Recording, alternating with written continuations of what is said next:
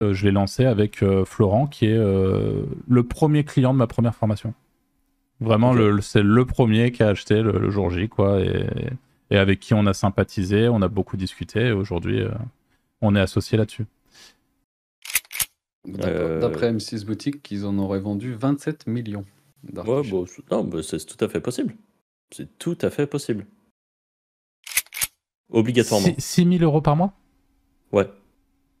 Ouais, mais C'est- 100%, on prend la deuxième option, c'est éclaté. Tu m'aurais dit, je sais pas, 6 000 euros par mois pour la plupart des gens, c'est bien. T'es matrixé, toi. Ouais, enfin... de Franck, peu importe, comme vous voulez. C'est Franck qui me l'avait donné, c'est une question intéressante.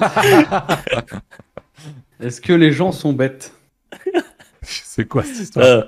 J'ai dit, je veux pas je veux pas la faire parce que je veux pas m'afficher et parce que j'oserais pas la poser. Et lui, il dit, c'est Franck qui l'a dit.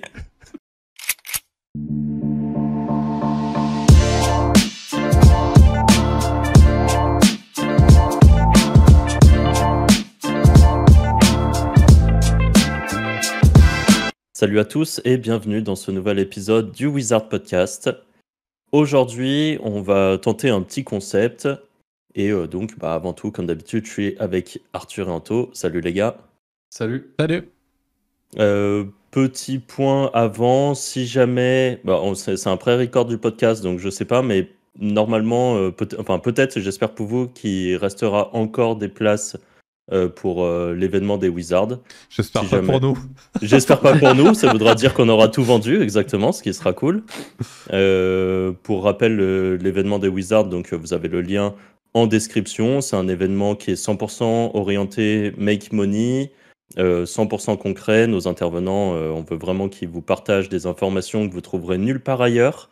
Quand vous repartez de l'événement, vous avez des clés en main pour gagner plus d'argent sur Internet. Donc voilà, dans tous les cas, on a une petite vidéo de présentation de l'événement qui est sur la chaîne YouTube et d'ailleurs sur Spotify également. Une petite vidéo courte où on vous expliquait ce qu'était le Wizard Event. Si vous n'avez pas vu, vous pouvez aller le voir. Et pour partir sur notre sujet du jour, on a décidé qu'on allait faire un petit concept où on allait se poser des questions pièges ou pas pièges d'ailleurs, voilà, sur différents sujets. Et pour voir ce que chacun a à dire sur ce genre de sujet qu'on va traiter. Est-ce qu'il y en a un de vous deux qui veut commencer? Anto, il en meurt d'envie, là, je le vois. Non, vas-y. Parce que moi, mes questions, elles plus trop la mienne, je pense. Ça a donné envie aux gens qui écoutent le podcast de rester, c'est bien. Alors, la première question, elle est pour toi, Anto, ça tombe bien. Ah, Même si tu veux pas parler, elle t'est orientée. Si tu devais aujourd'hui ranker sur un site d'affiliation concernant des caméras de surveillance et que tu devais le faire via des techniques Black Hat, qu'est-ce que tu ferais? C'est Pour les caméras de surveillance, j'en ai Ouais, aucune idée. j'avoue. Non, mais l'objectif, c'est juste de montrer qu'on est sur une thématique. En vrai, ça peut être n'importe quoi, mais une thématique d'affiliation classique, genre un peu du Amazon, l'affiliation Amazon, quoi, entre guillemets. Black Hat, un truc que j'aime bien, c'est très Black Hat, c'est très sale, mais c'est faire des... J'essaierais de faire un espèce de certificat ou j'en sais rien, une espèce d'annuaire des meilleurs installateurs, je sais pas, une espèce de fake certification. J'essaierais de les lister sur mon site et de leur demander un lien en retour ou des choses comme ça. Tu vois ce que je veux dire? Ok. Intéressant. Voilà. À toi, Pas Franck. spécialement une fake certification, mais tu vois, sans rentrer trop. En Genre, gros, je sais pas, par exemple, t'essaierais de magouiller un peu pour avoir ouais, voilà, par des exemple, je prends le backlinks cas. Ouais, par dans la exemple, thématique. tu vois, j'ai un espèce d'annuaire, par exemple, sur les spas, pas les spas libertins, comment on appelle ça, tu sais, les love rooms, je sais pas quoi, là, Ouais. tu vois ce que je veux dire, les nouveaux trucs à la mode sur Airbnb. Je ferais, tu vois, un espèce d'annuaire comme ça et je ferais un espèce de. Cet établissement respecte les normes d'hygiène. Tu vois, je ferais des espèces de listing et je leur dirais, bah, si vous avez un site, mettez un lien vers mon truc, tu vois. Ok. Voilà. Ça, mais orienté pour les caméras de surveillance, du coup. Voilà, ouais, j'essaierai de trouver un truc, un angle, quelque chose à faire. Ok. D'accord. Alors moi, à la base, avec la question, je voulais savoir si tu C'est plus si par exemple tu allais partir sur un truc Zeno ou si vraiment là pour ce genre de truc tu montes un site avec tes petites mains je en monte rédigeant ouais, toi-même non, et je tout. monte des trucs. Il y a que Zeno, je m'en sers uniquement soit pour du PBN, soit vraiment sur projet spam. Ok, intéressant. Bah écoute, Francky, vas-y si tu veux envoyer la prochaine. Ouais, bon, c'est une question pour vous deux, pour y répondre. Si aujourd'hui, vous deviez lancer un nouveau business qui n'est pas de l'affiliation, donc pas un truc qu'on fait actuellement, vous choisiriez quoi? Bah, moi, je choisis les photos bouffe. C'est vrai ou Ok. pas? Ouais, Ah ouais, ouais, je pense 100%. ça. Ok. Choix étonnant, mais ok, ok. Voilà, vas-y, explique un peu Anto ton truc. Parce que... Bah, le Ça truc des sort de photos, nulle part. ça sort pas de nulle part. C'est que j'ai racheté un expiré sur cette niche, en fait. Et je l'ai remonté à l'arrache et j'ai mis un numéro de téléphone pour voir si les gens appelaient et je reçois des appels tout le temps. Et je me dis, en vrai, ça se loue 300 balles le week-end. Je pense qu'il y a un vrai biz là-dessus, quoi. Voilà. Tu serais le roi de la France sur le photoboost pour Pas de la France, les... mais du département, ouais. Tu vois. Ok. Et en plus, je pense qu'il y a pas mal de choses à faire, parce que je me suis un peu intéressé à la niche et tout après, parce que j'hésitais à le faire. Et il y en a qui commencent à le faire. Il y a enfin, tu peux acheter maintenant avec de l'IA ce type de machine, et ils te mettent dans des décors et tout. Et tu vois, je me dis des événements d'ouverture d'entreprise ou des choses comme ça, tu vois. Bah, en vrai, ça peut être stylax de genre de truc. Ouais. Et je pense que tu peux faire un truc cool. Ok, Voilà. donc toi tu partirais sur un biz en réel en fait. Tu quitterais le web. Ouais. Non, je me servirais du web Ouais, pour avoir ouais. du traf, mais Ok. ouais, je partirais sur un biz physique, ouais. Intéressant. Moi je pense que je partirais sans doute sur soit de la prestation à 100%. Donc la question c'est si je faisais pas d'affiliation. Ouais, Mais je c'est quand pense même notre cœur de que métier. ouais. Mais je pense que le truc que je ferais, c'est sans doute Amazon KDP. Ok. Parce que bon bah pour tous ceux qui ont écouté le podcast avec Nico, nous on a notre pote Nico qui est une grosse machine sur cette partie Amazon KDP. Et c'est vraiment un biz qui a beaucoup de points de très similaires avec le SEO finalement et avec l'affiliation, parce qu'il faut trouver des niches, il faut se positionner, il faut faire de la qualité, il faut mettre en place des process, les optimiser, il faut acquérir du trafic. Enfin, il y a vraiment beaucoup de choses. Ça reste sur le web et je pense qu'il y a ce côté un peu plus long terme, un peu plus passif que le SEO aujourd'hui. Donc ça reste différent évidemment, hein, mais voilà, pour moi c'est un très beau biz et voilà, je pense que c'est une bonne idée de focus KDP. Donc si c'était pas la fille, ça serait ça.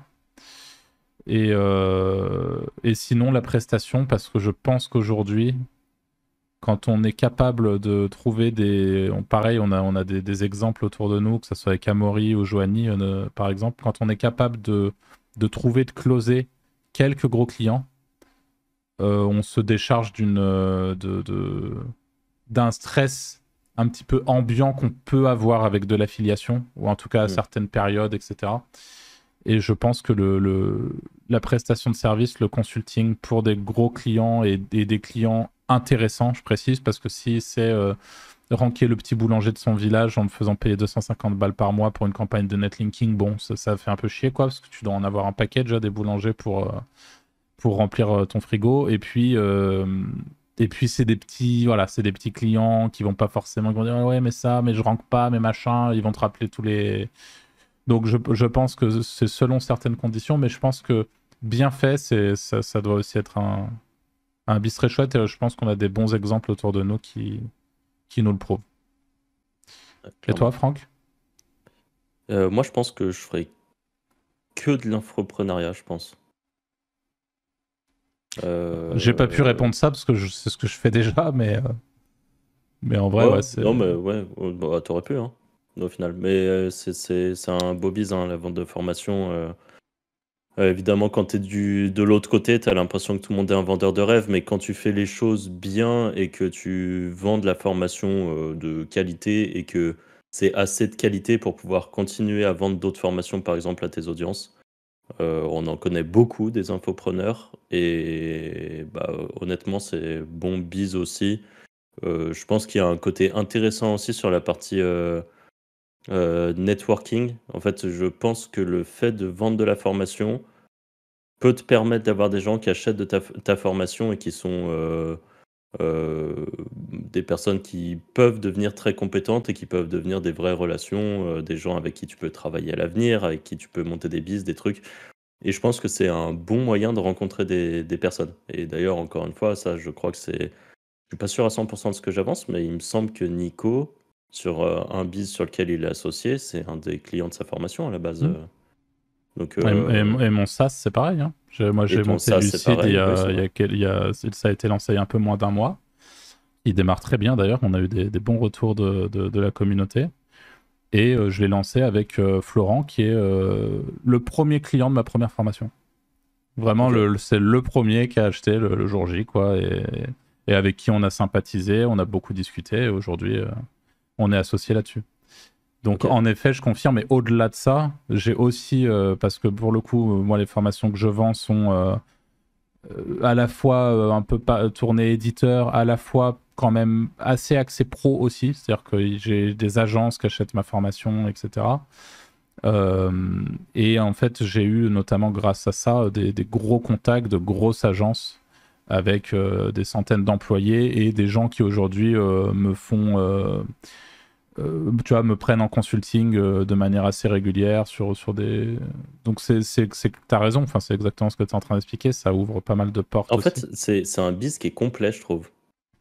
Ouais. Qui doit t'apprendre à la fois. Et qui est intéressant parce que tu dois t'améliorer tout le temps en branding, par exemple. Qui est, bon, moi, personnellement, un sujet que j'aime bien, que je trouve assez intéressant, même si je suis pas très bon là-dessus. Mais je trouve ça intéressant.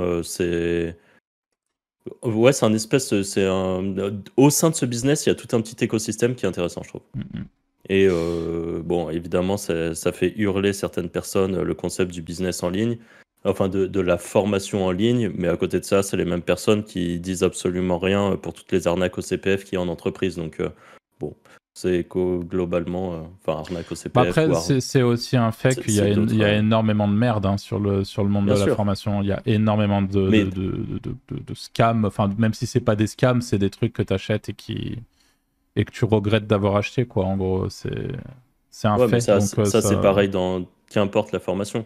Et qu'importe, tu Ouais, vois, ouais, ouais. quand tu es en entreprise, moi j'en avais vu, en entreprise, il y a des gens qui venaient à l'époque où j'étais en entreprise, qui venaient pitcher un peu pour vendre leur formation à des groupes enfin, dans l'entreprise, bref.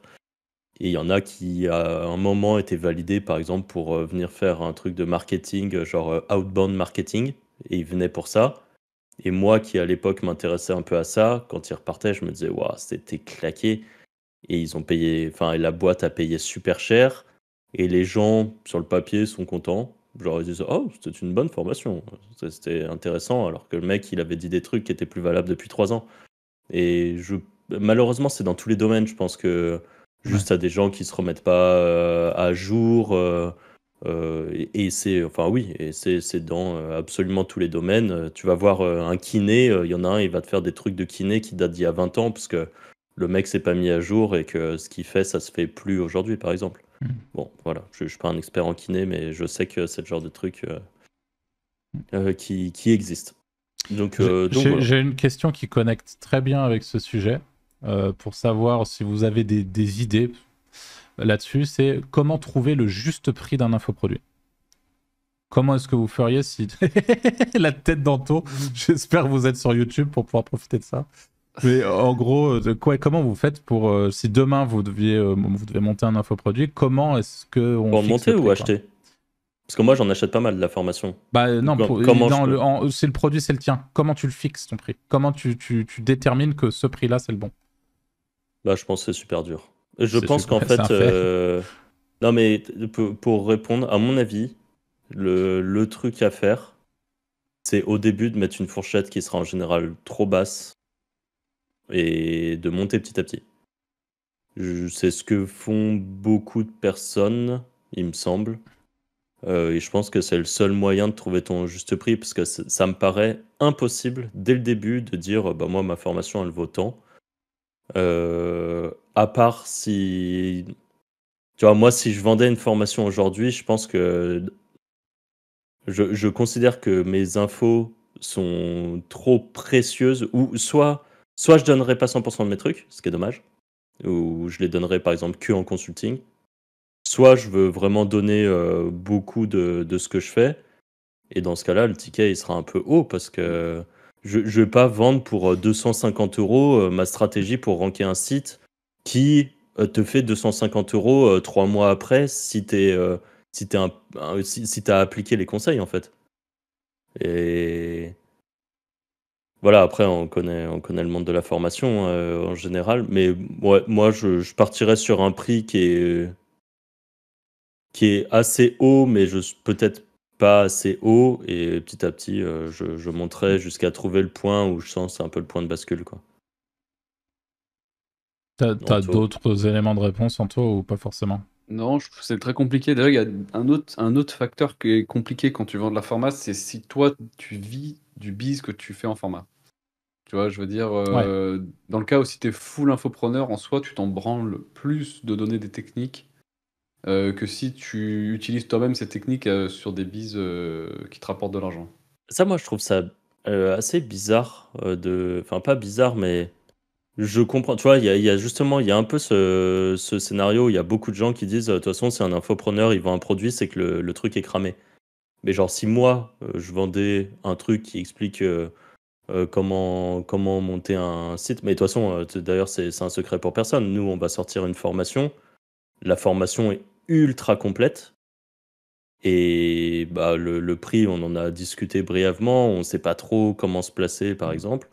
Et Euh, justement, moi, c'est intéressant ce que tu as dit tout à l'heure, parce que le prix de la formation des Wizards, l'une de nos réflexions principales, c'est, par exemple, on serait tous très mal à l'aise de le mettre à 300 balles, parce qu'on sait que la valeur de la formation est bien plus élevée que ça. Donc c'est en fait un prix aussi, on doit être aligné avec le feeling. On n'a pas envie de donner un truc trop peu cher parce que on sait que la valeur à l'intérieur et justement tous les tips qui vont pouvoir être récupérés à l'intérieur de la formation valent bien plus cher que ça. Donc, mais ouais, c'est c'est rarement une question évident. compliquée. Ouais, Mhm. bah, c'est ça. Mais pour revenir sur ce que tu disais, Anto, moi, je trouve ça un peu bizarre. Enfin, pas bizarre, mais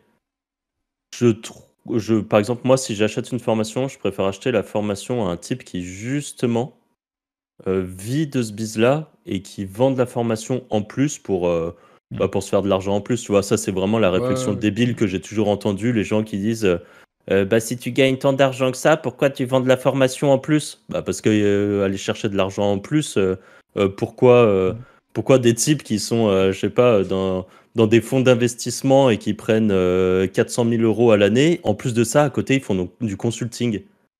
Bah, je sais pas, parce que quand il y a du biz, il y a du biz. En fait, tu vas chercher l'argent là où il est.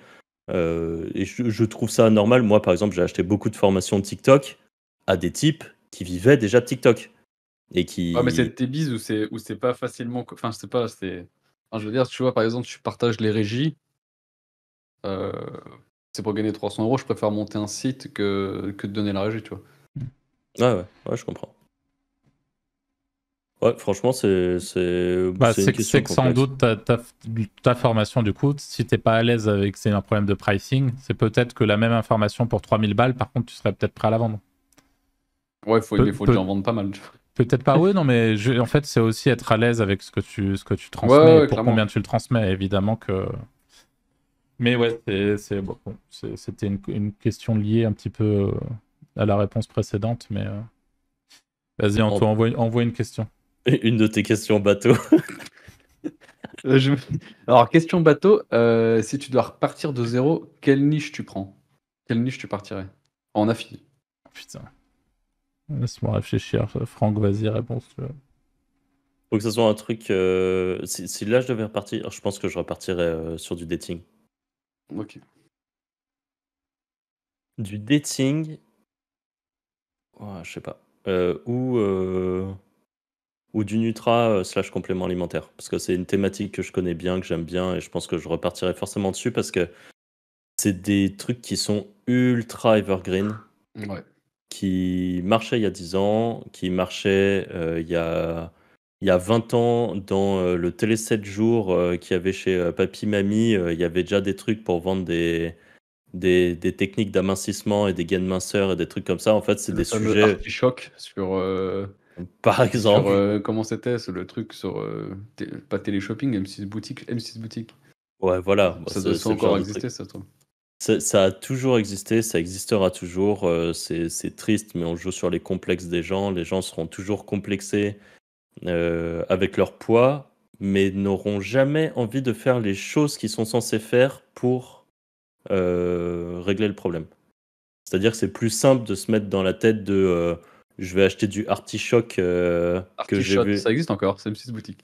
Voilà, bah, vaut mieux acheter du artichoc et par magie, un matin, je vais me réveiller et peut-être que j'aurai perdu du poids, plutôt que se dire, bah, en fait, la recette, tout le monde la connaît sans doute, c'est manger mieux, bouger un peu plus et sur le long terme, normalement, il n'y a pas de raison que vous ne soyez pas fit.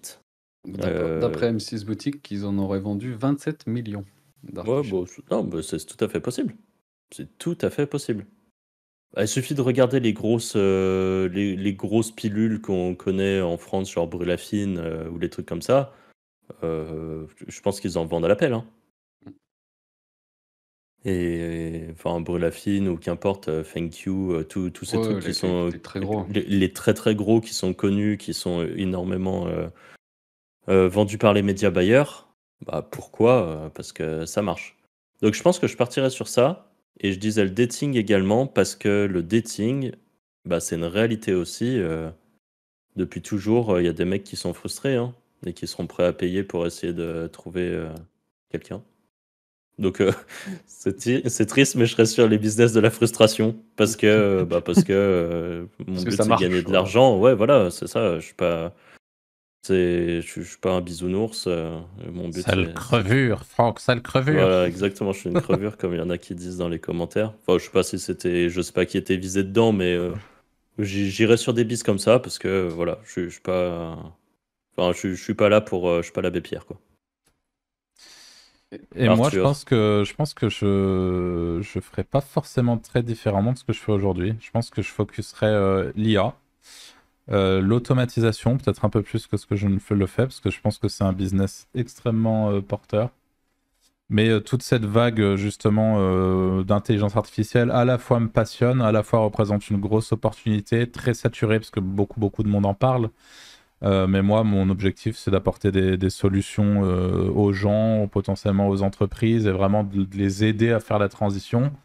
Et au travers de mes programmes et tout. Enfin, moi, en fait, je m'éclate et je pense que pour le coup, c'est un bon focus à avoir. Donc, je pense pas que j'irai chercher ailleurs. Et si vraiment on parle d'affiliation pure et dure, je pense qu'aujourd'hui, si je refaisais les choses, j'essaierais un peu moins de partir hors des sentiers battus. Et ma réponse, elle est un peu classique, mais ce serait un peu comme Franck, je partirais sur des grosses thématiques connues, bien evergreen, où on est sûr qu'il y a des sous, et même si c'est plus difficile à ranker, quand t'as ranké, tu ramasses. Voilà, ouais, c'est... accessoirement, il y a un très gros gâteau. Ouais, En fait, ouais. faut voir ça aussi, il faut voir le marché dans sa globalité. Certes, aller ranker sur du mixeur ou des trucs comme ça, et encore, maintenant c'est même plus facile parce que tout le monde fait, enfin, les très gros sites font du truc Amazon, mais imaginons qu'il y a un nouveau type de produit qui sort, je sais pas, une gourde miracle qui est inconnue et dont personne ne parle. Bah, si vous rankez dessus, il y a de fortes chances que vous soyez capé à un moment. Voilà, il y a X personnes qui cherchent cette gourde magique par mois. Ça va vous faire en affiliation peut-être 300 euros. Bon, bah voilà, c'est le maximum que vous pourrez gagner avec cette niche-là. Alors que si vous prenez des niches avec des très très très gros volumes de recherche, bah même si vous avez une micro-part du gâteau, eh ben, vous ferez sans doute plus que les 300 euros. Et moi, je le vois sur des sites de santé que j'ai, santé, sport, compléments alimentaires, tout ça. Il j'ai des pages qui rankent même pas en page 1, mais pas en page 1 sur la main requête, mais sur des petites longues traînes et par-ci, par-là, fait un peu de trafic. Et juste avec une affiliation, ça me fait plus de 500 balles par mois. Alors que honnêtement, je rank quasi nulle part, quoi. C'est un truc qui est ultra dur à ranker. Je galère. Je dépense des quantités folles en liens et j'ai l'impression de ne pas avoir d'impact. Et pourtant, bah, ça me fait quand même des sous. Donc voilà, je préfère avoir une micro-part d'un gâteau géant qu'un gâteau entier Qui est tout petit. et qui est tout petit. Ouais. Anto, ça serait quoi? Objectivement, je retournerais comme toi, dans le complément alimentaire parce que j'en avais beaucoup de sites et ça marchait très bien et c'est une super niche. Et comme tu dis, c'est hyper evergreen, donc t'es pas trop lié aux tendances. C'est ça qui est Ouais. cool. Mais par contre, une que je ferais, que je pense qui a été oubliée, bon là les gens ils vont pas m'aimer parce que c'est pas trop, parfois c'est border, la voyance Ouais. en vrai. Parce que je trouve que c'est une niche qui a un peu été Toi, oubliée. t'es vraiment une vraie crevure, par contre. C'est une niche qui a été un peu oubliée en SEO, qui était très populaire avant. Ça se trouve, c'est toujours le cas, je ne suis pas la SERP. Mais je pense qu'avec des nouvelles méthodes du YouTube, du TikTok, des choses comme ça, il y a moyen de faire un truc très très lourd sur ce type de thème. Ce sont un peu Ouais. des anciennes écoles du SEO, quoi. Ouais, Donc, clairement. voilà. Et après, le problème de la voyance, c'est que beaucoup de gens sont déjà tags. En fait, il y a peu Ah, mais de plateformes. pour avoir regardé, il y en a pas mal qui ont leur propre truc de qui ont leur propre call center et qui proposent maintenant un peu de la fille et tout. J'ai Ok. regardé il y a pas très longtemps. Ouais, c'est pas mal comme truc. Bon, bah écoute, c'est vrai que c'est pas une niche à laquelle j'aurais pensé, mais Alors, juste, je vais faire un peu l'avocat du diable ici, parce que je sais que c'est une discussion qu'on a eue récemment avec des potes aussi. La voyance, faut être conscient que c'est le genre de thématique où vraiment, pour le coup, les gens se font enculer comme il faut. C'est-à-dire que c'est de la manipulation. C'est avec Bastien Ça dépend avec qui tu travailles. qu'on parle. C'est ça. Donc, c'est là où je C'est voulais ça. en venir. C'est évidemment, après, c'est toujours pareil. Hein, vous placez votre éthique et votre truc là où vous voulez. On vous jugera pas pour ça. Par contre, si vous voulez faire les choses relativement bien, renseignez-vous un petit peu Ouais, voilà. de savoir Par avec qui vous exemple, travaillez, quoi. je connais Femmes pas. actuelles, ils font, Ouais, voilà, il y a, ils font de l'affiliation. ils font de la fille, 20% rev share. Enfin, il y a des trucs assez. Enfin, il y a des trucs legit, quoi. Alors, Ok. par contre, il y a du scam, mais il y a du truc legit. Ça, c'est pas obligé d'aller sur des trucs avec des grandes CB30. Voilà. Donc, je sais qu'il y a forcément une partie de l'audience qui connaît un peu, qui ouais, c'est quand même. Parce que je sais que par exemple, c'est l'avis de Bastien, tu vois, qui lui, je sais plus, je pense que c'était peut-être en privé qu'on a parlé de ça, mais c'est le genre de truc où lui, il irait absolument jamais parce que c'est trop violent pour la personne derrière, qui sont souvent des personnes vraiment en détresse et tout. Mais encore une fois, ça, c'est un cas extrême. Il y a sans doute des gens qui vont qui vont voir un voyant comme ils vont chez un psy, quoi, et qui du coup, et quand j'imagine qu'il y a des manières un peu plus C'est comme le legit de mec, faire ça. tu fais un site investissement crypto, tu proposes Binance et tu proposes un robot trading à la con. Tu vois, c'est le truc. Ouais. Voilà. Ouais. C'est- Ouais, il y a toujours des. Bon, c'est ça, faut toujours trouver les trucs. Enfin, c'est encore une fois, c'est en fonction de votre éthique, vous trouvez la plateforme d'affiliation qui correspondra à ce que vous voulez faire.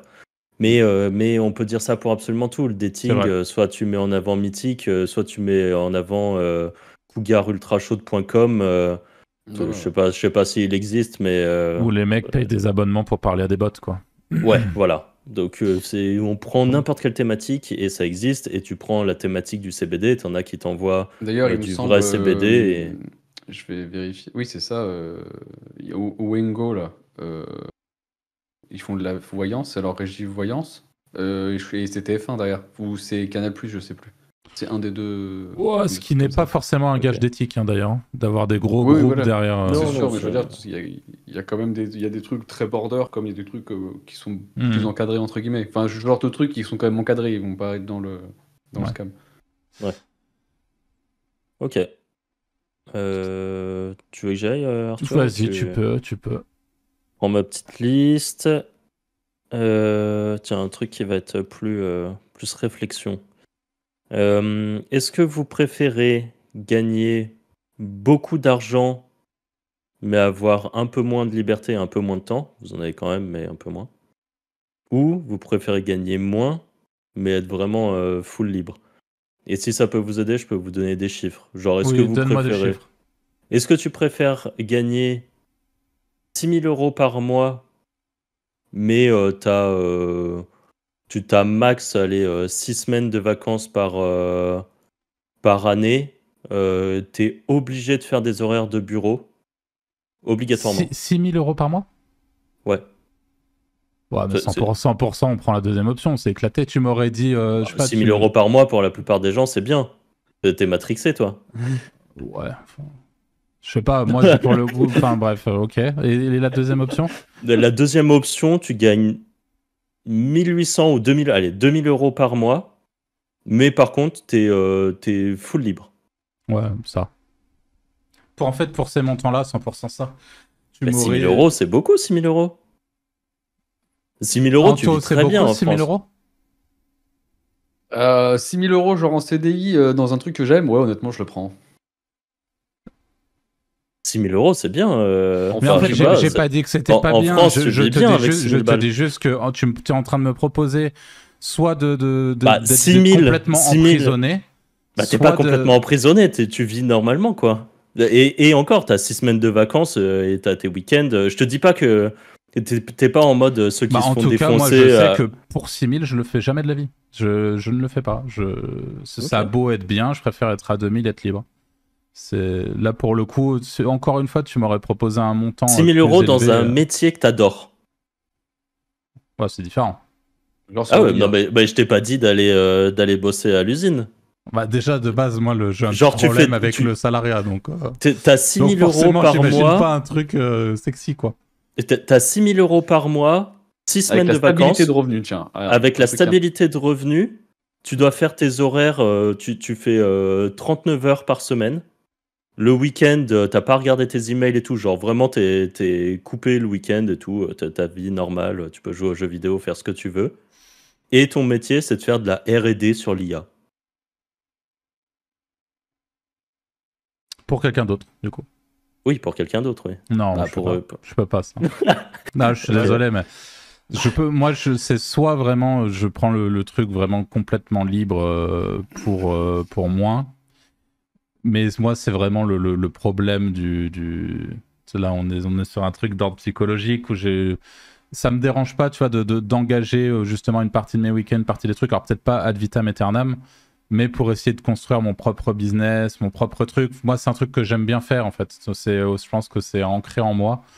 Donc, en tout cas, à l'heure d'aujourd'hui, je prends pas le deal. Même s'il est sans doute très bon, hein, je dis pas... pour le coup, si on voit les choses comme ça... Moi, à la base, quand tu disais 6 000 et 2 000, je me disais c'est 2 000 où moi-même, je trime comme un malade, où j'ai pas de... Mais tu dois taffer, quoi. Mais c'est juste que tu taffes quand tu veux, tu pars où tu veux, tu taffes de où tu veux. T'as pas vraiment... Oui, mais moi, je me suis planté. Je parlais de la première partie. Ah, des 6 000, ok. Mais là, je préfère essayer de construire quelque chose pour moi qui potentiellement sera soit revendable, soit délégable. Enfin, encore une fois, une problématique un peu plus basée sur l'entrepreneuriat. Et même si, on a eu l'occasion d'en parler dans plein de podcasts, et ça vient aussi avec énormément de points négatifs. Et je pense que là, en ce moment, je suis plus dans cette dynamique-là. Je sais pas si ça se trouve, quand j'aurai des gosses, je sais pas, dans 10 ans, est-ce que je répondrai à la question de la même façon? J'en suis pas sûr, tu vois. Parce que ça a aussi beaucoup d'avantages d'avoir cette légèreté, je pense, intellectuelle que représente un taf qui nous plaît en plus, en CDI, où c'est quand même plus léger. Et des fois, encore une fois, on en a beaucoup parlé, l'entrepreneuriat, c'est lourd. Ça l'est, je pense, peut-être même un petit peu plus en France qu'ailleurs. Et du coup, c'est des fois un peu de légèreté, ça fait pas de mal. Donc, cette question, je réponds comme ça aujourd'hui, je répondrai peut-être pas comme ça dans un autre contexte. Anto, toi, tu prends le deal du coup? Ouais, même à 4, en vrai, je le prends. Là, aujourd'hui, là. Bah, tu me proposes un truc que je kiffe, ouais. Mais il faut pas de clause où j'ai pas le droit de lancer le truc à côté, par contre. Parce que je sais qu'il y en a qui font des trucs comme ça. Tu vas recevoir des offres là. J'avoue. Anto qui quitte le podcast dès la semaine prochaine. Mais j'ai le droit de 4K garder des en trucs à côté. plus. Ouais, c'est ça. Mais dans un truc qui me plaît, pas un truc de merde. Ouais. Ouais, et te connaissant, je sais que c'est parce que t'aurais full le truc qui tourne à côté quand même. Hein. Ouais, mais voilà. Mais en fait, ce serait plus pour aller, entre guillemets, jouer avec de l'argent que j'ai pas. Genre des gros budgets et faire des grosses strats. Faire autre chose que juste de la petite édition, en fait. C'est-à-dire de l'édition high level. Ok. Ok. Et toi? Moi, je prends la liberté quand même. Même, pour 2000 balles, je prends large la liberté. J'ai trop de... Même pour un truc qui me plairait, en fait, moi, c'est plus que l'argent et tout ça, même si j'aime bien avoir de l'argent, évidemment, et à 2000 euros, en France, t'es pas le roi du monde, mais tu vis ok, quoi. Enfin, moi, je sais que j'ai pas beaucoup de dépenses. Je pense qu'aujourd'hui, si t'as un loyer à payer et tout, je pense qu'avec 2000 balles, tu vis, mais tu vivotes, quoi, à mon avis. Hein. Tu vivotes. Je Non, veux pas c'est trop sûr, m'avancer, mais surtout avec l'inflation, parce que là, ça commence quand même à prendre des proportions. Ouais, mais moi, je dépense pas beaucoup plus, alors que j'ai quand même des sacrées charges derrière. Mais en fait, vu que j'ai pas... je joue à des jeux vidéo qui sont gratuits et j'achète pas de DLC et de trucs. J'achète pas de skins, j'achète rien parce que j'en ai rien à foutre. Euh, J'aime bien faire du sport, mais bon, c'est pas mon abonnement à la piscine qui me coûte cher. J'aime bien faire du sport chez moi, en poids du corps, des trucs comme ça. Enfin, j'ai pas des grosses dépenses. J'aime beaucoup manger. J'aime bien aller au resto et tout, mais au final, je prends même pas spécialement le temps d'y aller. Donc, T'as une idée de ton budget resto mensuel? Parce que même ne serait-ce qu'ensemble, il est on en pas fait énorme. mal. Après, c'est lissé. Enfin, vu que j'aime bien faire des étoilés de temps en temps, si je lisse, je sais pas, ça doit être quelques centaines d'euros par mois quand même. Mais c'est pas. Voilà, à côté de ça, j'ai des fringues, j'ai limite les mêmes fringues depuis 10 ans parce que j'achète par coup de cœur. Donc, si un jour je passe dans un magasin et que je vois un truc, mais je suis pas du tout un acheteur. Je regarde jamais en fait. Ouais. Donc, j'achète vraiment rien et je vais acheter une nouvelle paire de chaussures si je me dis ah, celle-ci elle commence à être bien flinguée, il serait temps que je change. Je vais dans une boutique, je prends une paire où je me dis oh, elle est pas mal. J'ai pas de. Enfin voilà, j'ai pas de truc. Donc, et par contre, à côté de ça, j'aime bien me dire, genre là, il est, je sais pas, c'est un moment, il est mardi 10h30 et que je me dis, tiens, là maintenant, bah, j'ai envie d'aller à la piscine. Bah, je prends mon petit sac à dos et je vais à la piscine. En fait, j'ai envie de pouvoir faire ce que je veux quand je veux. Et je veux pas qu'on me dise, ah bah oui, mais là, t'as une réunion ou un truc comme ça. Donc, et pour ça, honnêtement, je considère que ça vaut beaucoup. Enfin, je valorise le fait d'avoir plus de temps libre, beaucoup plus que le fait d'avoir de l'argent, même si, encore une fois, là, j'ai dit 2000 euros parce que c'est un gap. En France, tu vis avec 2000 euros. T'es pas dans l'opulence. Si j'avais dit, par exemple, un SMIC, par contre, direct, je prenais le taf parce qu'il y a quand même un gap à un moment où quand tu gagnes trop peu, bah, même si tu as du temps libre, tu peux rien faire. Donc en fait, à quoi bon avoir du temps libre? Faut trouver le juste milieu là-dedans. Voilà, c'était pour ça que j'ai annoncé ces Pour chiffres. rebondir, je prends même pas le job pour le salaire, hein. C'est plus si ça me fait kiffer, si je vois un truc, tu vois. Ouais, en fait, toi, c'est pour le 2000, j'irai défi. pas non plus, mais c'est plus voilà, pour le défi, pour des trucs comme ça, tu vois. C'est pour le défi de te dire, je vais aller bosser, parce que je suppose que tu fais ça, ça serait pour des très grosses thématiques où les Ouais, mecs voilà. te disent, bah tiens, t'as 30 000 euros par mois pour t'amuser. Ouais, ou voilà, pour faire des vrais trucs, ouais. Ouais, vraiment. Ouais, ok. Des trucs que je peux pas faire tout seul, en fait. Et qui me donnent envie de faire. Quand je vois des grosses thémas, je me dis putain, il ferait des trucs, ça serait lourd. Ah ouais. Bon, intéressant. Comme quoi, on a des points de vue assez tranchés là-dessus et différents. Alors moi j'ai une question qui est un peu... Enfin, qui n'a rien à voir. Comment... On suppose qu'il y a des gens qui nous écoutent qui ont des grosses marques ou qui ont des gros e-commerce ou des e-commerce tout court d'ailleurs. Comment vous géreriez les avis négatifs sur Internet sans nuire à la réputation de votre marque? Non, toi, tu veux y aller? Bah, Moi, déjà, en vrai de vrai, avant de lancer un site, je lancerai des sites où je me fais des propres reviews. Je sais pas si c'est légal, mais non, mais genre des blogs où j'achèterais des articles sur d'autres sites avec mon avis sur, tu vois, je sais, ça doit être Border, j'en sais rien. Mais Pour quelques. déjà, Bah, c'est border, mais tout le monde le fait. Tu sais qu'en e-réputation, les mecs achètent tous des articles chez Challenge ou je sais pas qui pour dire regardez comme je suis super fort, ouais, c'est j'essaierai moi. déjà avant de lancer le projet de faire une SERP domination, comme on dit, tu vois. Déjà pour essayer de la contrôler un minimum. Parce que même si tu fais de la quali, je pense que tu peux toujours avoir des rageux. Et de toute façon, généralement, les gens qui se plaignent, c'est toujours les. Même si t'envoies 1000 colis, t'en as 10 qui merdent, je pense que c'est les 10 qui merdent qui vont se plaindre. Donc voilà. Ouais, c'est vrai. Ou comme j'ai fait par mon voisin, tu vois, j'essaierai de trouver une strat pour essayer de choper de l'avis. Soit un bon de réduction, quelque chose pour essayer d'avoir full avis positif, quoi. Mm. Parce que les gens qui. Même moi, je suis le premier, en vrai, je pose jamais d'avis positif sur les marques. Je le fais jamais. Ouais, Genre, je par vais pas au contre, resto, je mets 5 étoiles, j'imagine tu que vois. tu as plus de facilité à aller poser un avis négatif si un jour tu es vraiment déçu. Non, je le fais pas non plus. Moi, ça, je le fais. Et je Ah. mets Moi, des avis j'accepte la positifs. carotte. Pour moi, c'est la fameuse économie d'Internet. Moi, je mixe les deux. Soit je vais aller mettre un. Et d'ailleurs, je suis toujours très tranché. Soit c'est 5 étoiles, ça c'est 1 étoile. Il n'y a pas d'entre-deux. Le 5 étoiles, c'est vraiment quand je suis très content. Bah, pour reprendre l'exemple des restaurants, il y a des moments où je vais dans un resto et que je passe vraiment un bon moment parce que le service est cool, l'ambiance est cool, j'ai bien mangé et tout ça et j'ai kiffé. Et en sortant, je me mets limite un reminder en me disant, faudra que je pense à aller leur mettre un petit 5 étoiles parce que c'était cool et limite laisser, enfin, je laisse un message et tout.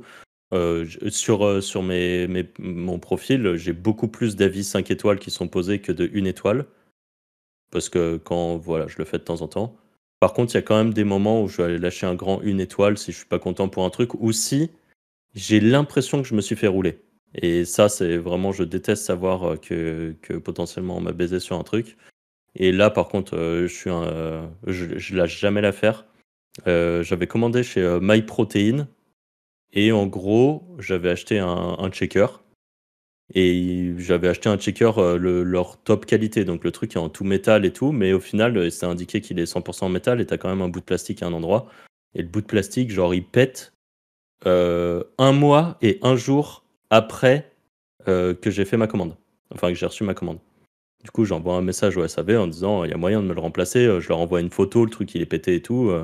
Enfin, et il est pété, c'est genre pour expliquer. C'est pas je l'ai fait tomber ou quoi que ce soit, c'est juste c'est l'endroit où ça fait levier pour ouvrir le checker. Vu que là c'est en plastique et que c'était peu résistant, mais que c'était clippé très fort dedans, bah, quand je poussais avec mon pouce, en fait petit à petit ça faisait levier, enfin ça faisait de la tension et ça finit par péter. Et donc j'envoie un message au SAV qui me dit non, vous aviez 1 mois pour demander un changement, on peut rien pour vous. Enfin, j'essaye de négocier et tout, ils me disent non, c'est pas possible. Je sur Trustpilot, je lâche un grand 1 étoile en expliquant le truc et en étant honnête sur le Trustpilot, hein, je dis voilà, j'ai dépassé de 1 jour, mais quand même ça craint pour un truc qui est premium et tout. Je reçois un message où ils me disent bah du coup monsieur, on peut vous faire un bon d'achat pour si vous en rachetez un, vous fait moins 50% sur ce produit ou un truc comme ça. Je dis bah non, votre truc il est claqué, de toute façon je vais pas le racheter. C'est quoi l'intérêt? Et en fait j'ai forcé, et au bout d'un moment, en plus c'est pour rien, hein, c'est pour 12 euros, mais en fait j'ai eu tellement l'impression de me faire rouler que ça m'a tilté en fait. Et au bout d'un moment ils m'ont dit on vous en renvoie un. Parce qu'en fait j'ai fini par les saouler, et c'est parce que je suis allé mettre le 1 étoile sur Trustpilot, sinon c'était mort.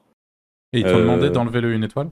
Non, ils m'ont pas demandé parce que je pense que c'est pas légal et pour une grosse marque comme ça, c'est un peu bizarre si. Je pense que tu envoies à Trustpilot qui te demande de changer les notes, voilà. Et je crois que je l'avais changé et que ça doit être la rare fois où j'ai mis un 3 en expliquant que voilà, j'ai fini par être remboursé, mais que ça m'a pris un temps fou.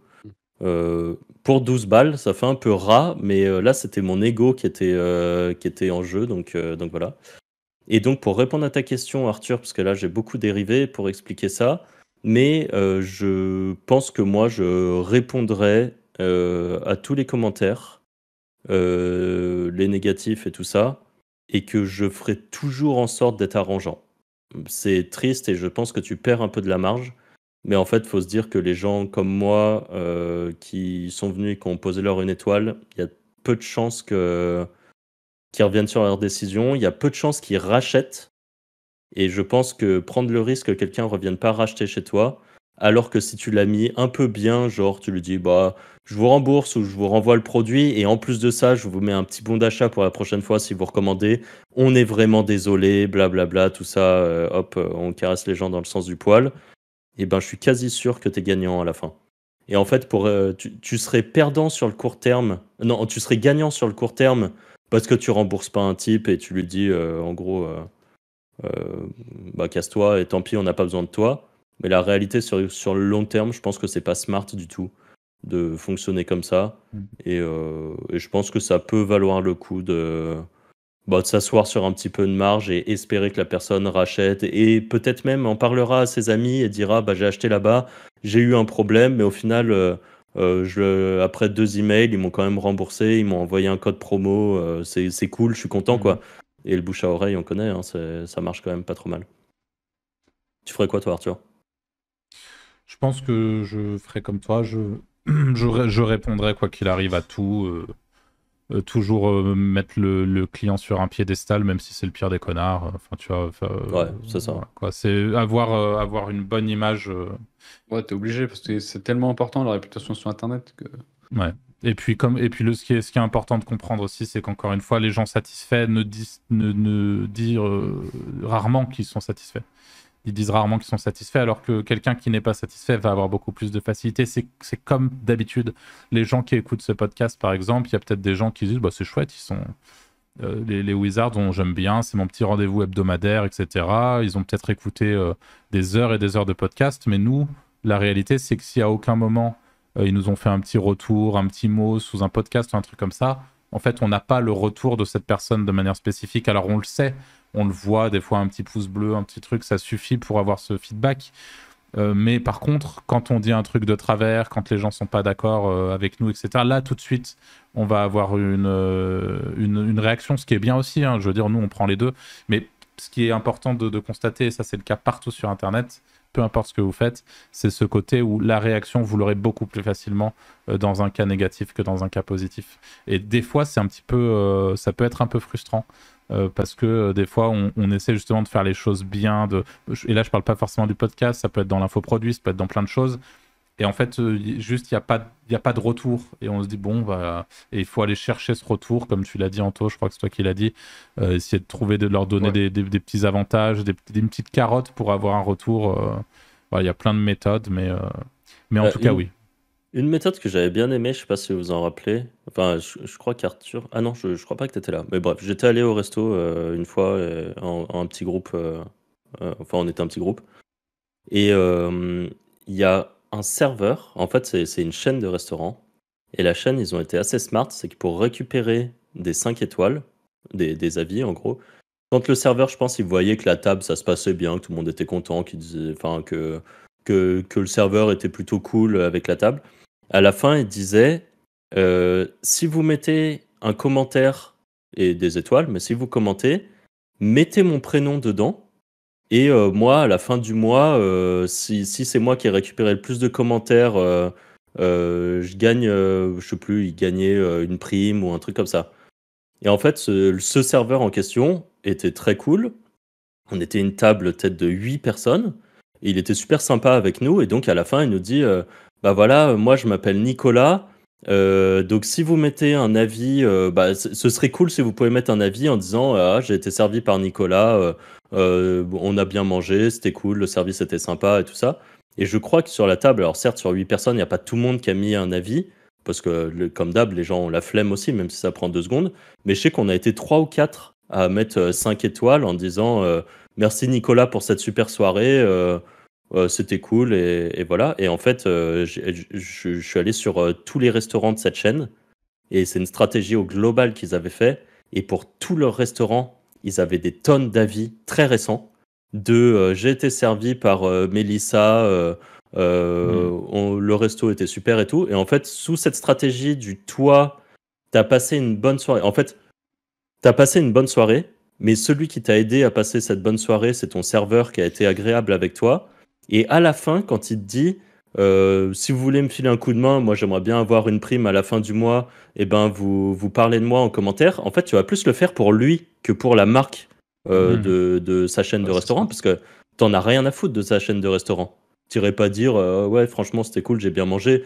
On le sait, 99% des gens le feraient pas. Alors que là, ce petit truc du c'est un être humain en face de moi que je vais aider, qui a été gentil avec moi, et ben il y a un peu ce jeu de retour qui est fait, et j'ai trouvé ça ultra intelligent. Très, très bonne Ouais, c'est stratégie. intéressant. Ouais. Voilà, donc exemple de carotte qui existe, à vous après de chercher ça enfin de trouver une solution pour votre business, mais il y a toujours des choses à faire, et ça, moi j'avais trouvé ça super smart en tout cas, donc voilà. Vas-y, Est-ce Anto, que... envoie ta Ouais, question. Question qui pue. Mais non, elle était très bien la première. Moi, elles sont très SEO parce que voilà, je suis un peu borné. Si tu dois garder 2 tools à l'heure actuelle, tu gardes quoi? 2 tools. Ouais.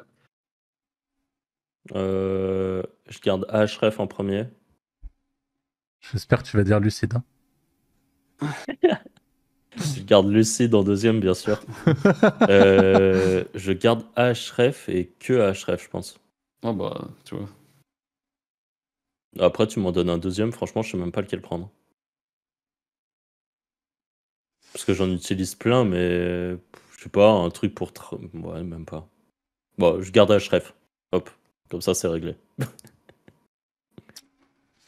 Arthur, tu gardes Lucide en numéro 1, lucide.ai. Ouais.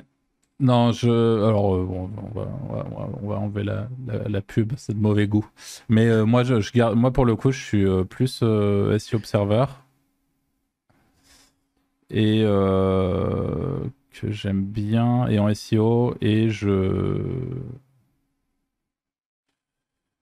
on va faire plaisir aux copains à Maury, je dirais Serpmantix en deuxième, parce que je pense qu'il faut... Alors, c'est un outil d'analyse sémantique, et en réalité, que ça soit Serpmantix ou un autre outil, aujourd'hui, ça fait partie dans ma stratégie SEO, toujours. C'est un bon indicateur, le fait d'avoir... Alors, il manque un outil d'analyse de mots-clés, donc là, je vais peut-être rajouter un petit SEMrush au milieu, si on a le droit d'en mettre un troisième en tour. Je Mais donne en mon gros, slot que je vais pas utiliser. mais ouais, merci. Mais en gros, les trois, c'est SEO Observer, c'est chouette pour pas mal de choses, notamment certaines choses que tu expliques dans la formation gratuite des Wizards, Anto, qui aujourd'hui sont très utiles dans mon quotidien sur des stratégies de PBN, etc. Donc ça, je m'en passerai pas. SEMrush, parce que pour l'analyse de mots-clés, c'est chouette, mais Ahref fait aussi le taf pour ça. Et pour finir, encore une fois, un outil d'analyse sémantique, parce que ça permet d'avoir une bonne indication de ce qu'attend potentiellement Google sur une SERP et sur un mot-clé spécifique. Et même quand on bosse avec des prestataires, des rédacteurs, etc., c'est un bon indicateur, c'est un bon assistant, en fait, je trouve, l'outil. Surtout dans des thématiques où tu connais pas. Spécialement, ça te donne une bonne piste. Ouais. Okay. Et toi? Toi, je sais déjà le numéro 1. Et Your Text Guru ou Serpmantix, mais pareil, on soit un truc d'analyse, de sémantique et un truc SEO. Moi, c'est jamais d'ailleurs, pour parler de ça, de l'analyse sémantique, je suis en train de faire des tests avec 0 analyse sémantique sur des sites. C'est sûrement peut-être mieux. Eh ben, je vous dirai sans doute à l'avenir, mais j'ai vu pas mal de gens qui en parlaient, notamment Walid. Peut-être que je déformais ses propos, donc j'espère que c'est pas le cas.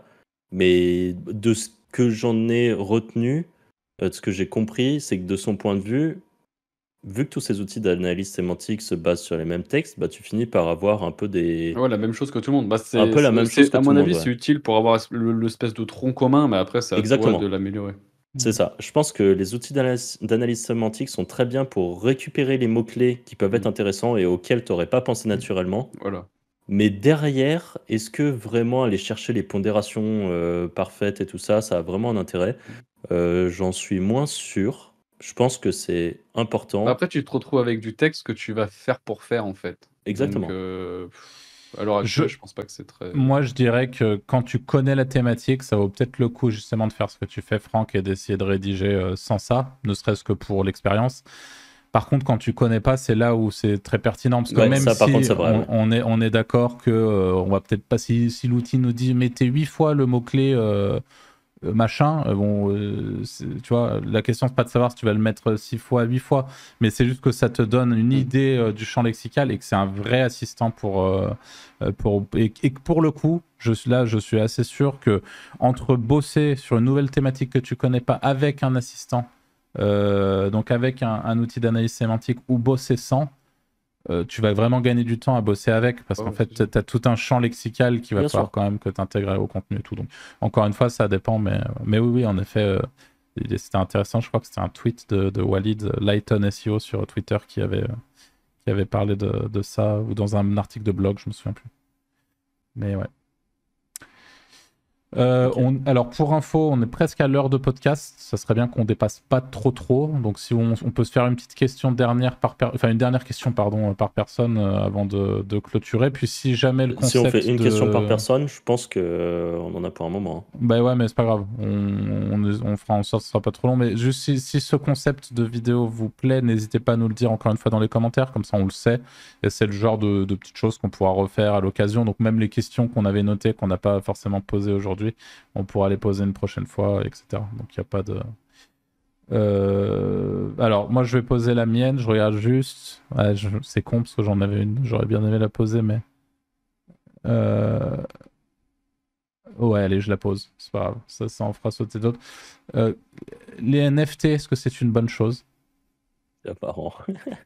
J'ai hésité à faire une question sur les cryptos. Après, je me suis dit, Non, parce que donc je vais te laisser répondre, puis après je laisserai peut-être Anto qui peut-être est moins branché NFT donner sa réponse aussi. Je sais même pas comment on en achète un, pour être très franc.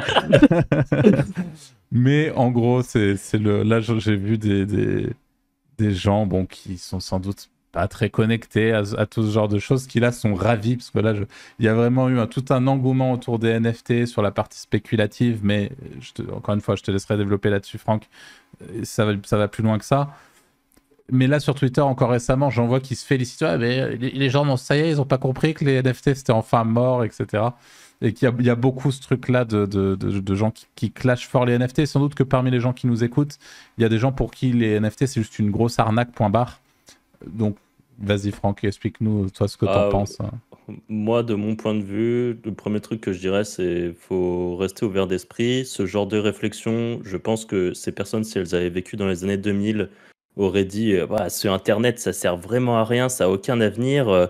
De toute façon, pourquoi chercher des trucs alors qu'il y a les encyclopédies et la bibliothèque? Et en fait, hors le NFT, bien sûr, vous pouvez regarder les NFT avec l'angle spéculatif, des images à la con qui sont vendues et tout ça, et se dire vraiment ça sert à rien à part spéculer, ça n'a aucun intérêt. Ou alors vous essayez de voir un poil plus loin que ça, de toujours essayer d'aller chercher un petit peu les avantages qu'il peut y avoir. Et les NFT, leur valeur ajoutée, c'est pas est-ce que c'est une image de singe dessus qui vaut de l'argent, c'est le concept de pouvoir créer des choses qui sont immuables, qui peuvent pas être modifiées, qui sont inscrits et inchangeables, et dans des sortes d'énormes bases de données qui sont comment essayer de dire ça simplement, mais des bases de données qui seraient surveillées par énormément de gens en même temps pour éviter qu'elles soient altérées. Et donc technologiquement, c'est ultra intéressant. Et dire aujourd'hui, aux prémices d'une nouvelle technologie, que c'est une arnaque et que c'est de la merde, eh bien, je pense que ces mêmes personnes auraient dit, moi j'aime bien prendre cet exemple, mais il faut quand même se rappeler qu'au début de la voiture, des premiers moteurs, par exemple, un cheval, ça allait beaucoup plus vite qu'une voiture. Aujourd'hui, les technologies avancent, les gens travaillent sur les sujets, ça peut prendre des dizaines d'années, voire plus. Et aujourd'hui, vous avez des voitures avec des moteurs électriques qui font des 0 à 100 en 3 secondes ou 2 secondes. Ça, vous revenez 100 ans en arrière, vous vous dites, est-ce que ça sera possible un jour qu'on se déplace aussi vite, alors que le seul truc qui existe, c'est un train à vapeur et un canasson. Donc vraiment, je pense qu'il faut s'ouvrir l'esprit et réfléchir et ne pas être bête comme la plupart des gens à dire oh, ça sert juste à faire de la spéculation et les gens, ils ont perdu de l'argent dessus. Ça sert à rien. En fait, les gens ont perdu de l'argent dans beaucoup de choses. La spéculation a toujours existé, existera toujours pour ce domaine-là, d'autres domaines. Et encore une fois, c'est pareil. Au début des téléphones portables, je pense que la plupart... Moi, je me rappelle mon père avec son énorme Nokia qui était dans sa poche. Là, je me rappelle son premier téléphone, il l'a encore, le truc est collector. Il avait un énorme téléphone portable. Et je me rappelle très bien de ses potes qui se foutaient de sa gueule. Ou Enfin, il y a beaucoup de gens qui étaient en mode ah, ces gens avec leur téléphone portable, ça sert quand même à rien. Quand vous êtes chez... Il y a des cabines téléphoniques partout.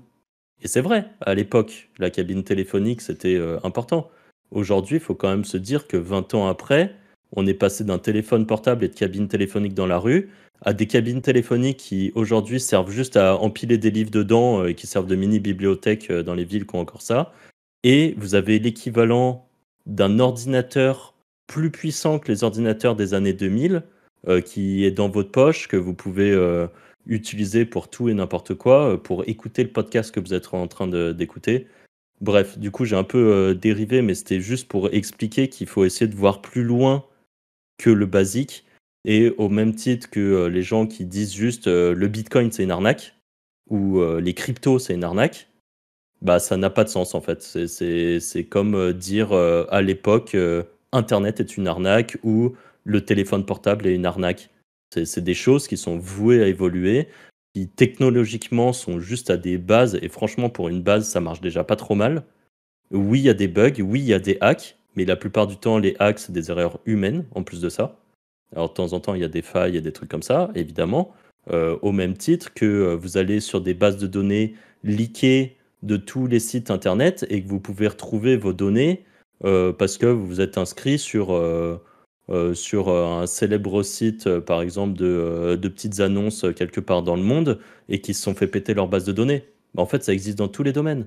Donc, voilà, des hacks, des failles, ça existe. Je sais pas.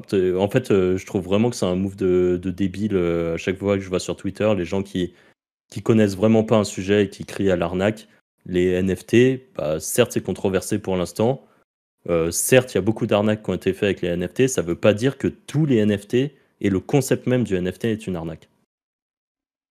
Voilà. C'était mon point sur les NFT. Anto, tu veux savoir comment en acheter? Non, parce que moi, le seul truc que j'avais bien aimé dans les NFT, c'était l'histoire des trucs avec les jeux, là, que tu pouvais transmettre ton objet de jeu en jeu au lieu de le racheter 5000 fois. Bah, tu vois, c'est bien que t'en parles, parce que on va pas faire long, mais je vais juste clôturer avec ça. Ce qu'on appelle enfin, on appelle ça rien du tout, mais les NFT à l'intérieur des jeux vidéo. Donc le fait, par exemple, aujourd'hui, pour ceux qui connaissent un peu, par exemple, dans Counter-Strike, dans League of Legends, il y a plein de jeux dans lesquels, en plus, Franck en a parlé tout à l'heure, on peut acheter des skins. Des skins, c'est juste une apparence d'arme, une apparence sur son personnage, un petit truc en plus qu'on paye parce qu'on a envie d'avoir une apparence différente dans le jeu, quoi. C'est facultatif, ça existe. Aujourd'hui, 100% de ces skins dans tous les jeux on les achète, mais le skin appartient toujours à l'éditeur du jeu, à 100%. Et donc demain, l'éditeur ferme son jeu. Vous avez beau claquer vous avez claqué 1500 balles de skin dans le jeu, bon bah vous avez plus de skin.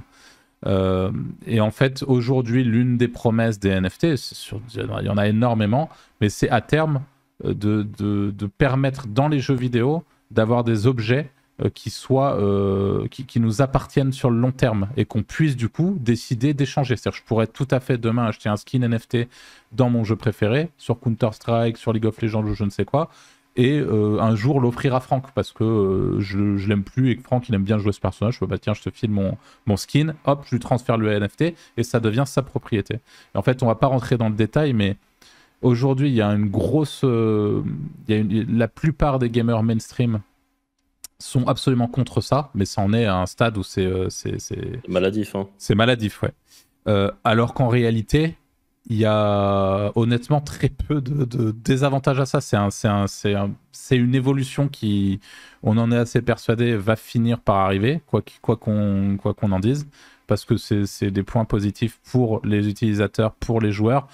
pour les studios, pour absolument tout le monde. Le point positif, il est global. Donc ça finira par arriver, mais aujourd'hui, c'est un vrai sujet controversé. C'est parce qu'en fait, l'être humain est contre les nouveautés, l'être humain est contre le changement, et l'être humain n'aime pas ce qu'il ne connaît pas, de base. Ah ouais. Donc voilà, ça va pas plus loin que ça, hein. Quelqu'un qui se renseigne plus de 2 heures sur un sujet comme ça, il y a de fortes chances qu'il comprenne. Et à ce propos, si le sujet vous intéresse, on vous recommande la chaîne de Johan GJ sur YouTube, qui est un très bon pote, avec qui on avait un podcast il y a quelques mois. On a toujours un podcast qu'on n'anime plus, mais sur le sujet du blockchain gaming, et qui, lui, a pour mission, et le fait très bien, de démocratiser justement l'arrivée imminente des NFT dans les jeux vidéo. Donc voilà, si ça vous branche, allez voir sa chaîne, c'est top.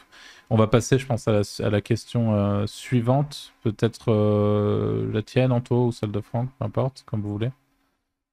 C'est Franck qui me l'avait donné, c'est une question intéressante. Est-ce que les gens sont bêtes? C'est quoi cette histoire? J'ai dit, je veux pas je veux pas la faire parce que je veux pas m'afficher et parce que j'oserais pas la poser. Et lui, il dit, c'est Franck qui l'a dit.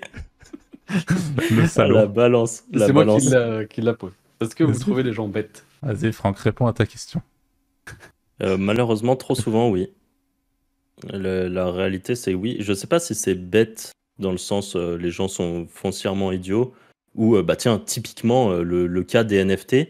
Je sais pas si c'est de la bêtise ou juste un manque de compréhension. Et ça, c'est pour tous les domaines, mais je trouve que beaucoup de gens font pas d'efforts de recherche sur quoi que ce soit et donnent souvent leurs opinions sur des trucs sans forcément vraiment s'y intéresser. Et moi, c'est triste, mais plus je sors avec des gens, et surtout des gens hors de mon cercle, et plus je me dis, franchement, pas. Enfin, je sais pas, il y a un manque. C'est pas de l'intelligence, hein, mais c'est un manque d'intérêt, ou c'est un manque. Je sais pas, moi, il y a un truc qui me trigger de plus en plus, et je trouve.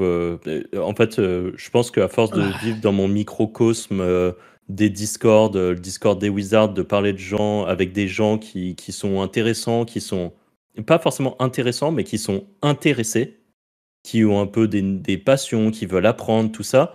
À force de baigner là-dedans, même sur Twitter, de voir plein de petits jeunes qui sont là, plein d'entrain à se dire moi je veux apprendre à faire du biz, à faire des trucs, et ben eux je les classe dans la catégorie des gens qui sont pas bêtes, parce qu'en fait je te coupe 2 secondes juste pour préciser ça, parce que tu parles de biz, mais en réalité mais pas forcément de biz, voilà, non, c'est ça, ouais. C'est par exemple quelqu'un qui est passionné par un sport, qu'il essaye de progresser, qui se renseigne, qui dit mais là on peut faire ça en fait, et en fait des gens qui sont passionnés et donc passionnants. C'est finalement, ça. Et moi, je peux passer, ça te fait rire à chaque fois, mais moi, je peux passer une soirée entière avec quelqu'un, par exemple, qui est passionné de tomates et qui va m'expliquer comment marche la tomate, que si tu la fais en hydroponie comme ça, elle va pousser mieux, mais que si tu la mets à tel endroit... En fait, juste des gens qui ont des domaines qui les intéressent et qui aiment partager ça. Et en fait, moi, j'aime bien apprendre des choses, qu'importe le sujet. Et je trouve malheureusement que la plupart des gens ont rien à dire, quoi. Rien à dire d'intéressant. Je vais pas forcément parler de... J'allais dire les gens ne lisent pas de livres et tout. Moi-même, j'en lis pas. Donc ça serait pas... Mais ne regarde rien sur YouTube, n'essaye pas d'apprendre de nouvelles choses, abandonne très vite dans beaucoup de choses. Genre vont se dire... ah bah ouais, j'ai envie de me lancer là-dedans, essaye 3 jours, disent oh non, puis en fait retourne dans cette routine un peu travail, et attention, il y a des entrepreneurs qui sont comme ça, hein. Il y a même plein d'entrepreneurs qui sont comme ça aussi, et du coup, pour répondre un peu froidement, oui, je trouve que la majorité des gens sont bêtes. Je sais pas si le terme bête est bien utilisé, mais c'est juste sont peu intéressants, ont pas de choses, j'ai l'impression qu'ils les font vibrer, quoi. Mais du coup, qui sont vides. Donc voilà, ça répond. C'est un peu sombre dit comme ça. Mais voilà, et c'est pour ça que j'aime bien genre le Discord des Wizards. Il y a des gens qui sont, et ça je le dis pour les débutants, Parce que c'est pas parce que vous êtes débutant que je vais vous classer justement comme ça. J'ai beaucoup de respect du coup. J'ai même beaucoup de respect pour les gens qui débutent et qui ont envie d'apprendre et je trouve ça trop bien.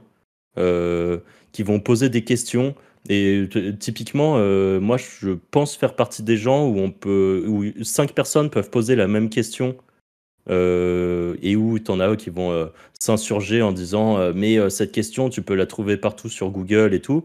Bah même si c'est vrai, et peut-être qu'elle est dure à comprendre avec les réponses qu'on trouve sur Google. Et moi sur les forums, j'aime bien répondre aux débutants par exemple parce que je trouve ça cool de voir qu'il y a des gens qui ont envie d'avancer en fait.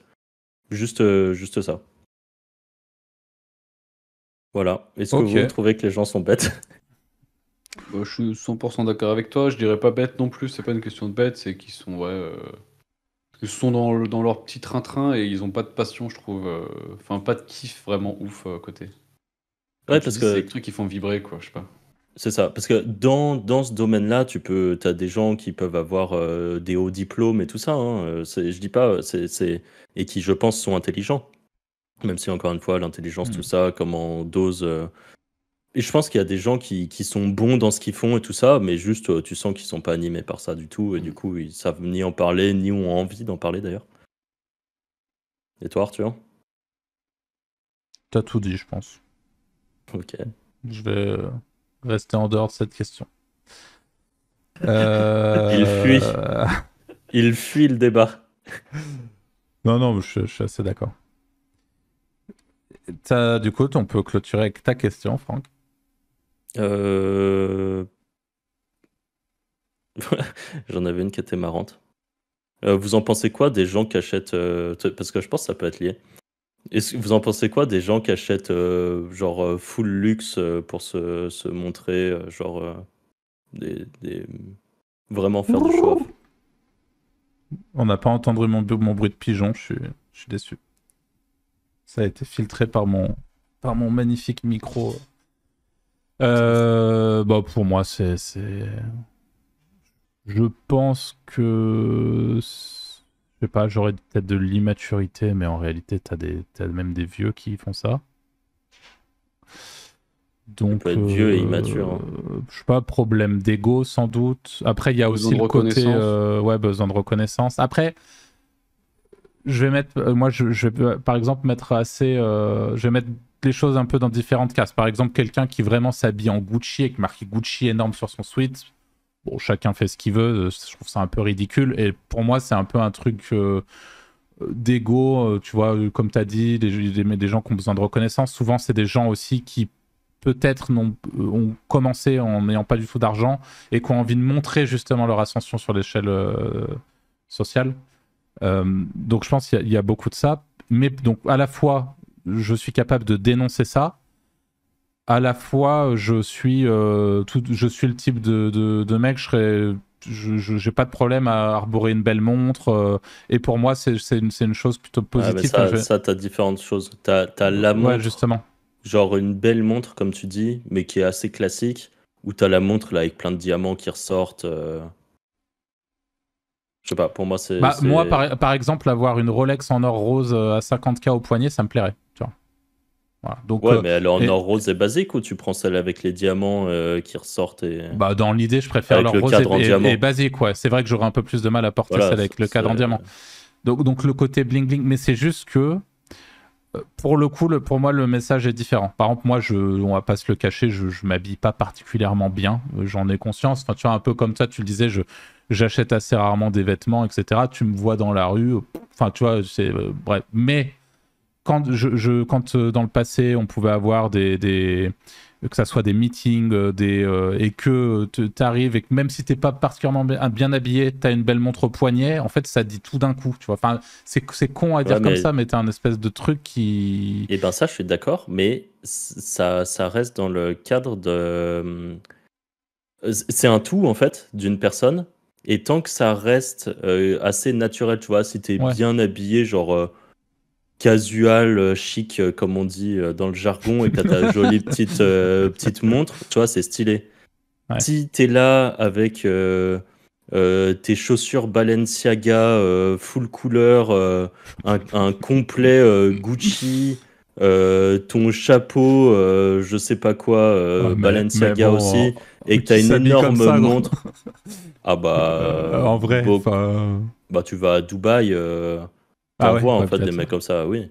Ouais. T'en vois, et je trouve que, en fait, moi, cette question, je l'ai pensé parce que à un moment, je me suis fait la réflexion et je me suis dit, c'est marrant, tous les mecs les plus blindés que je connaisse, la Ils sont plupart du tous en temps, tongs. ils sont en short et en tongs, et par contre, ils ont une belle montre. Ça, c'est vrai. Parce que c'est un peu ce petit truc d'appartenance qui montre, en fait, la montre, et moi, j'en porte pas.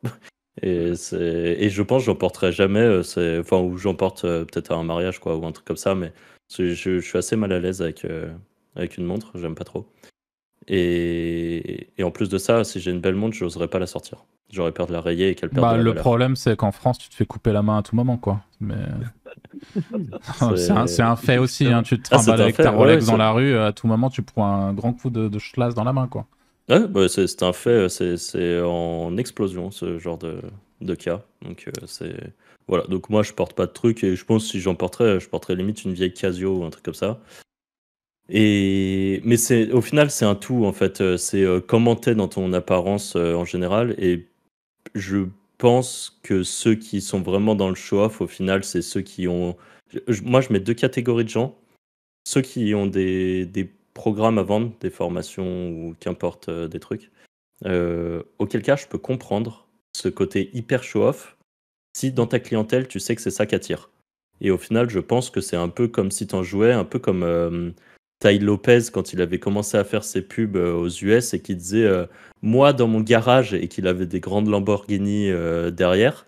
Bah, c'est ce côté show-off qui est intéressant. Et par exemple, je pense que si un jour j'étais big en mode, chose qui arrivera sans doute jamais, mais en mode Yomi, je préférerais montrer une grosse Lamborghini parce que je sais que c'est ça qui vend. Alors que moi, ma voiture de rêve, c'est style une vieille Cadillac comme on voit à Cuba, quoi. C'est ce genre de truc que j'aime bien. Sauf que ça, c'est pas vendeur au final. Donc, je pense qu'il faut dissocier ce genre de personnes. Et après, il y a ceux, je pense, qui ont fait beaucoup d'argent d'un coup et je pense qu'ils viennent en général soit de familles pauvres ou de familles vraiment très très modestes et qui veulent montrer, regardez, moi j'ai réussi, je peux m'habiller comme ça et tout. Et là, et je pense même que ce type de personnes, s'ils arrivent à rester un peu dans cette opulence d'argent, finissent par se tourner vers le Ouais, short je pense claquette. aussi, ouais. Je pense que ça, c'est C'est au pour ça que début. j'ai évoqué un peu le côté maturité, parce que enfin, ça fait partie de ça. Je pense qu'avec le temps, et typiquement, tu parles de Yomi. Aujourd'hui, Yomi, il s'habille en Zara, tu vois. Ouais, c'est ça. Oui, c'est vrai. Il s'en fout, tu vois. Il a un Ouais, t-shirt ouais. uni, il a une très belle montre au poignet, mais il a plus besoin. Et je crois qu'il l'a expliqué dans un podcast. À un moment, peut-être justement, il achetait un peu plus des habits de marque et tout. Je pense qu'à un moment, tu mûris ton truc, et quand bien même à un moment, Bah, tu tu dis te rends ouais, compte ben, que ça t'apporte rien. ouais, on s'en bat les couilles, quoi. Après, ça reste notre point de vue, bien sûr. Bien sûr. Et toi, Anto, qu'en penses-tu? Bon, je suis 100% d'accord. Après, je serais peut-être un peu plus kéké sur les voitures, moi, je pense. Bah après, chacun ses trucs, hein. Y a pas Full de... kéké même, hein. On peut préciser. Pour les voitures, full kéké, ouais. Mais sinon, le reste, non, sinon pareil. Eh ben, écoutez, Rien d'autre à ajouter. une belle manière de finir ce podcast. Merci à vous tous de nous avoir écoutés jusqu'ici. Comme d'habitude, n'oubliez pas les petits pouces bleus, le petit commentaire. N'hésitez pas à réagir à des trucs qu'on a pu dire, que ça soit en bien ou en moins bien. Et puis, on se retrouve la semaine prochaine pour un prochain épisode. Salut! Ciao, ciao.